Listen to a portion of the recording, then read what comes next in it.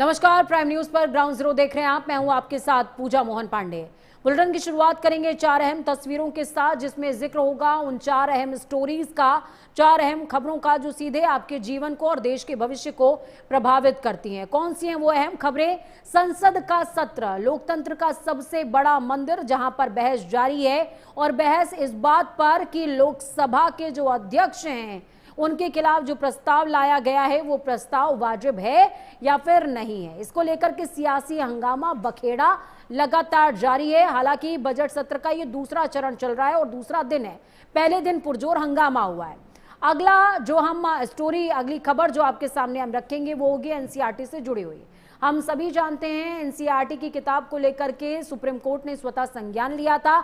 शिक्षा निदेशक को एक नोटिस जारी हुआ था, जिसके बाद सार्वजनिक तौर पर शिक्षा निदेशक ने माफी मांगी है। और इसी के साथ सवाल यही कि क्या एनसीईआरटी की रूपरेखा आगामी दिनों के अंदर चेंज होगी, इस पर बातचीत करेंगे। पूरी स्टोरी आपको बताएंगे। योगी आदित्यनाथ की मां पर टिप्पणी की गई थी, मौलाना ने टिप्पणी की थी, जिसके बाद बवाल मचा हुआ है। पोस्टर बोर्ड जारी है और कार्रवाई की मांग की जा रही है। क्या कुछ है पूरी खबर आपको बताएंगे। सीएम नीतीश की समृद्धि यात्रा का भी जिक्र यहां पर करेंगे। समृद्धि यात्रा में सीएम नीतीश कुमार पहुंचे हैं, यात्रा कर रहे हैं और इस बीच उनके साथ में उनके बेटे भी मौजूद हैं, निशांत कुमार, जिन्होंने अभी हाल ही में सदस्यता ली है। क्या कुछ पूरी स्टोरी आपको ये भी बताएंगे। तो चलिए शुरुआत करते हैं सिलसिलेवार तरीके से। सबसे पहली खबर, संसद के बजट सत्र के दूसरे चरण का आज दूसरा दिन है। लोकसभा में विपक्ष का जोरदार हंगामा देखने को मिला। संसद की कार्यवाही शुरू होते ही हंगामा खड़ा हो गया। लोकसभा में विपक्षी सांसदों की नारेबाजी पुरजोर तरीके से देखने को मिली है। स्पीकर के खिलाफ अविश्वास प्रस्ताव पर चर्चा जारी है। ओवैसी के बयान को लेकर संसद में हंगामा हो गया। बीजेपी ने ओवैसी के बयान पर सवाल उठाए। ओवैसी ने डिप्टी स्पीकर के चयन पर सवाल उठाए थे। ओवैसी के बयान को लेकर सदन में भारी हंगामा हुआ है। लोकसभा में मंगलवार को उस समय जोरदार बहस छिड़ गई जब कांग्रेस ने स्पीकर ओम बिरला को पद से हटाने के लिए अविश्वास प्रस्ताव पेश किया। इस प्रस्ताव के पेश होते ही सदन में प्रक्रिया और नियमों को लेकर तीखी नोकझोंक देखने को मिली और आखिरकार सदन ने इस प्रस्ताव पर चर्चा की अनुमति दे दी है। इस मुद्दे पर 10 घंटे की बहस तय की गई। इस मुद्दे पर एआईएमआईएम सांसद असदुद्दीन ओवैसी और तृणमूल कांग्रेस के सांसद सौगत राय ने पॉइंट ऑफ ऑर्डर उठाया। ओवैसी ने संसदीय नियमों का हवाला देते हुए कहा कि जब स्पीकर को हटाने का प्रस्ताव चर्चा में हो तो स्पीकर या उसके द्वारा नामित व्यक्ति को कार्यवाही नहीं चलानी चाहिए।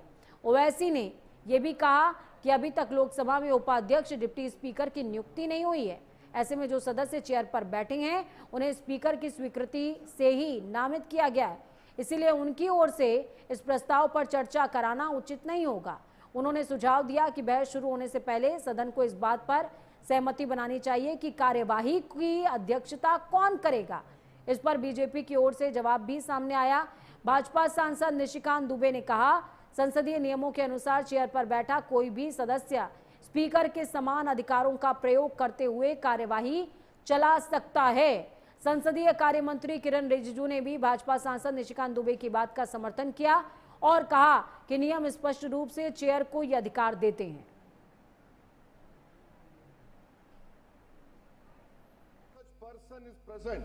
Such other person has been determined by the House. Sir, you are sitting over there. I challenge it also. Why? Because you read Nabam Rabia Constitution Bench case. Once a notice of removal has been given against the speaker cannot exercise adjudicatory or discretionary powers that have a bearing on those proceedings. That is these proceedings. The speaker has a direct personal interest in the outcome, and that interest disqualifies him from acts that shape these proceedings. You take the judgment of Quixote Holohan.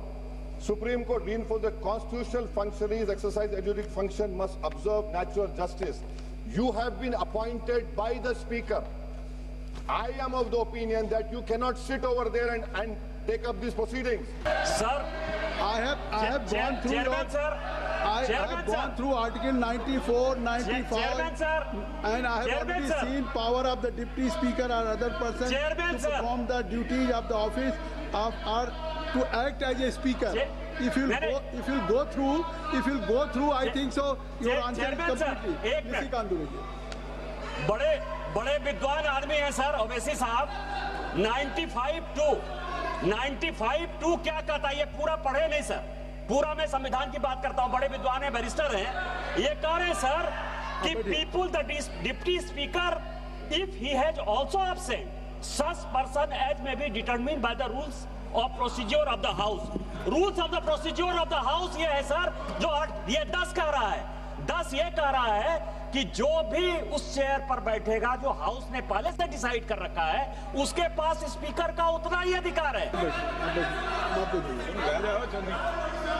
आपको पुकार लिया, आपको ये बिना मतलब से जो point उठाया गया है, मैं जिसका रूलिंग ऑलरेडी चेयर ने दे चुके हैं। 95(2) का तो रूलिंग आपने दे चुके हैं। रूलिंग देने के बाद भी फिर उसी पॉइंट को फिर से माननीय ओवैसी जी ने उठाया। मैं समझता ये उचित नहीं है, क्योंकि व्यवस्था जो बनाए रखा है हमारा सदस्य निशिकांत दुबे जी ने जो बताया, उसका तो रूलिंग आपने दे चुके हैं।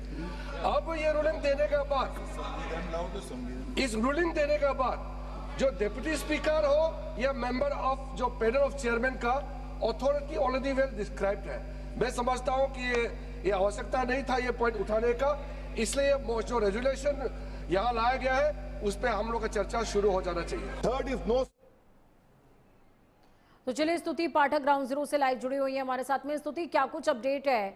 देखिए, आज स्पीकर के खिलाफ जो ये प्रस्ताव लाया गया उस पर चर्चा होनी है, लेकिन चर्चा की दिशा तय नहीं हो पा रही है अभी तक। हालांकि 10 घंटे तय किए गए हैं चर्चा करने के लिए, लेकिन 1 से 2 घंटे बीत चुके हैं, अभी तक दिशा ही नहीं तय हो पा रही है।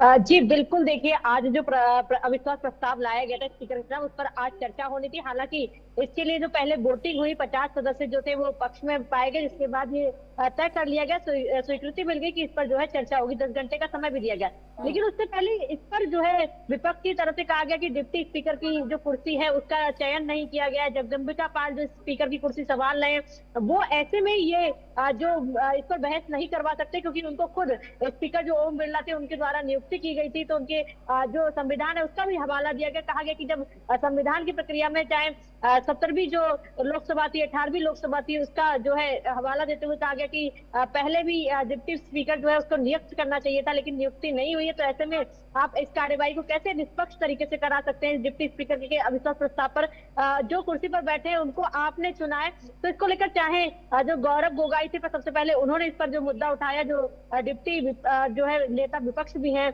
और उसके बाद में जो बात करें तो दोनों तरफ से जो है इस पर यह भी कहा गया, निशिकांत दुबे उनकी तरफ से कहा गया कि संविधान में जो डिप्टी स्पीकर की कुर्सी पर बैठा है और अगर वो स्पीकर की कुर्सी संभाल रहा है तो उनको पूरा हक है कि वो इस कार्यवाही को चला सकते हैं। यानी कि दोनों तरफ से तीखी बहस जो थी वो देखी गई। अभी तक दिशा तय नहीं हो पाई कि इस पर जो 8-10 घंटे का समय दिया गया है उस पर किस तरह से चर्चा होगी। बिल्कुल, बहुत शुक्रिया स्तुति, हमारे साथ में आप जुड़ी हैं, हम जानकारी आपने साझा की है। सुप्रीम कोर्ट की फटकार के बाद